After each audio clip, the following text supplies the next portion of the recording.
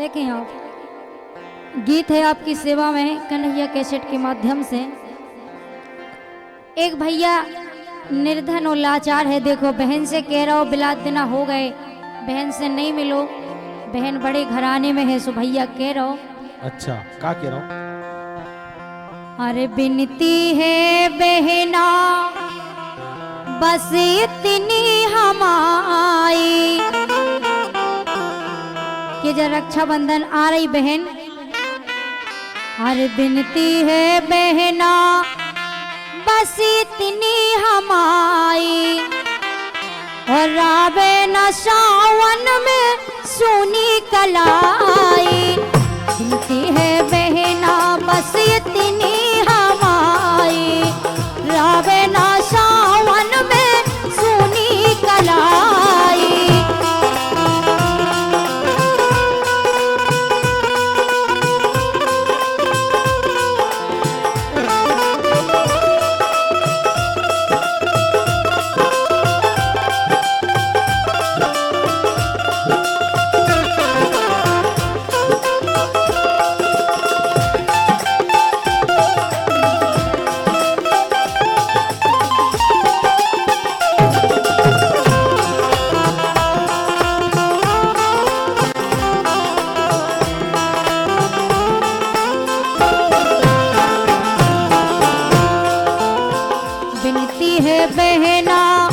बिनती है बहना बस इतनी हमारी, रावे ना सावन में सुनी कलाई।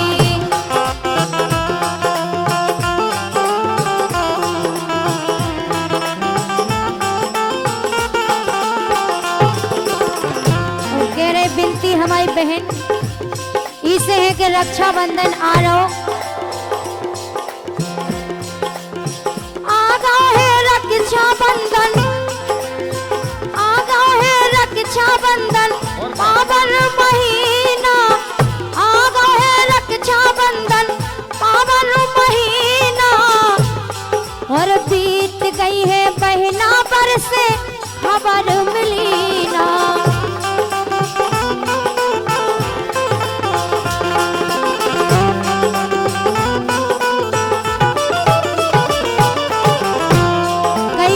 बीत गए बहन की खबर नहीं मिली, वो कह रही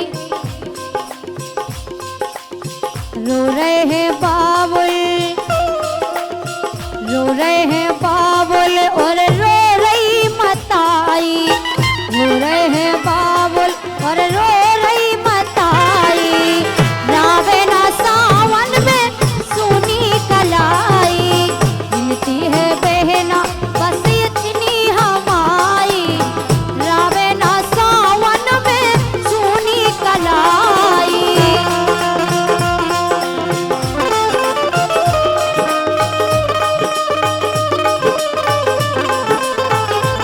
क्या बात है भैया, और क्या?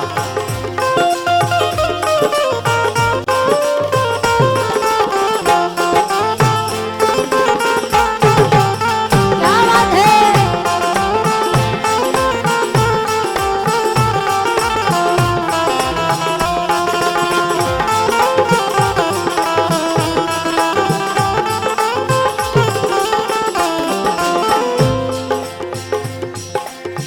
घर में अकेलो भैया, घर में अकेलो भैया, घर में अकेलो भैया है नैया आसरो, कैसे लुआबे आवे दूर तोरो सासरो, कैसे लुआबे आवे दूर तोरो सासरो।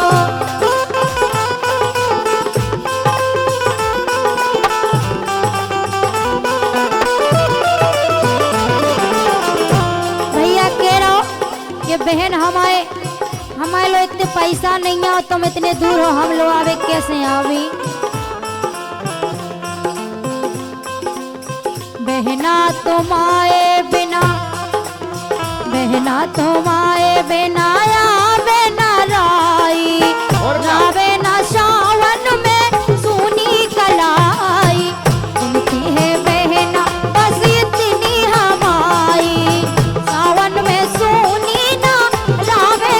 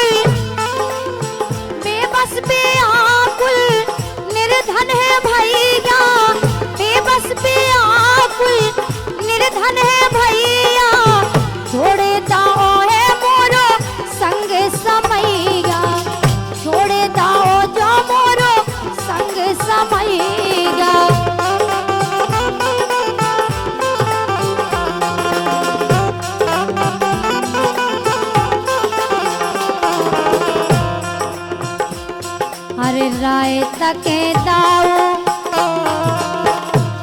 सो राय तक दाऊ अब बैठे तुम आई। अरे राय तक